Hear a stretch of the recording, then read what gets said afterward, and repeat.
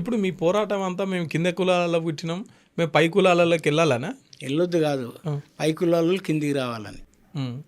అంటే ఇప్పుడు ఎవరి వృత్తి వాళ్ళది, ఎవరి పనులు వాళ్ళు చేసుకుంటున్నాక వచ్చిన ఇబ్బంది ఏంటి? ఎవరి పనులు వాళ్ళు ఎవరు చేయమన్నారు? ఎవరు చేయమన్నారు? ఇప్పుడు నేనున్నా యాంకరింగ్ చేస్తా, మీరు ఉన్నారు పాటలు పాడతారు, మీ పని మాకు రాదు, మా పని మీకు రాదు. ఎందుకు రాదు? నేను చేస్తే బ్రహ్మాండంగా యాంకరింగ్ చేస్తా.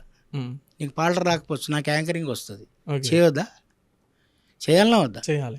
పాటలు పాడతా, యాంకరింగ్ చేస్తా, డ్యాన్స్ చేస్తా, అన్నీ చేస్తాను. చేయాలన్నా వద్దా? ఇప్పుడు దళితులు కూడా చాలా మంది గుళ్ళో పూజారులుగా ఉన్నారు కదా. ఎక్కడ ఉన్నారు? ఎందుకు లేదు? మొన్న ఒక గురువు ఉన్నాడు, ఆయన దళితుడు, మాదిగా.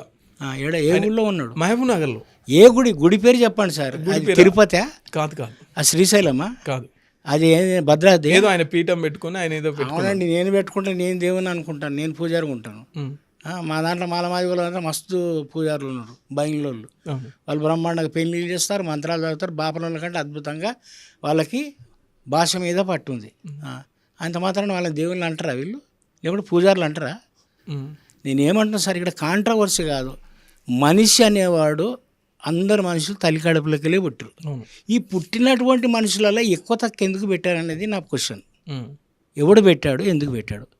అయితే అలా పెట్టించినటువంటి దాంట్లో స్వార్థపరులు, సమాజాన్ని విచ్ఛిన్నం చేయాలనుకున్నటువంటి వాళ్ళు కేవలం తమ బతకడం కోసం, అందుకే ఈ యొక్క కాయా కష్టం చేయకుండా బతుకుతున్నటువంటి వాళ్ళు ఇప్పుడు మీకు అఘోరీలు ఉన్నారు, సన్యాసులు ఉన్నారు, బాబాలు ఉన్నారు.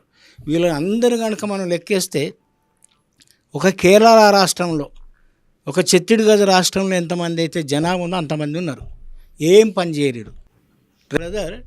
ఇక్కడ కాయా కష్టం చేయకుండా, ఫిజికల్గా పని చేయకుండా, ఏ ఇతరులు సంపాదించినట్టు సృష్టించిన సంపద తినకుండా కేవలం మాటలు అమ్ముకొని బ్రతికేటువంటి వాళ్లకు సమాజంలో బతకడానికి అర్హత ఉండకూడదు అసలు.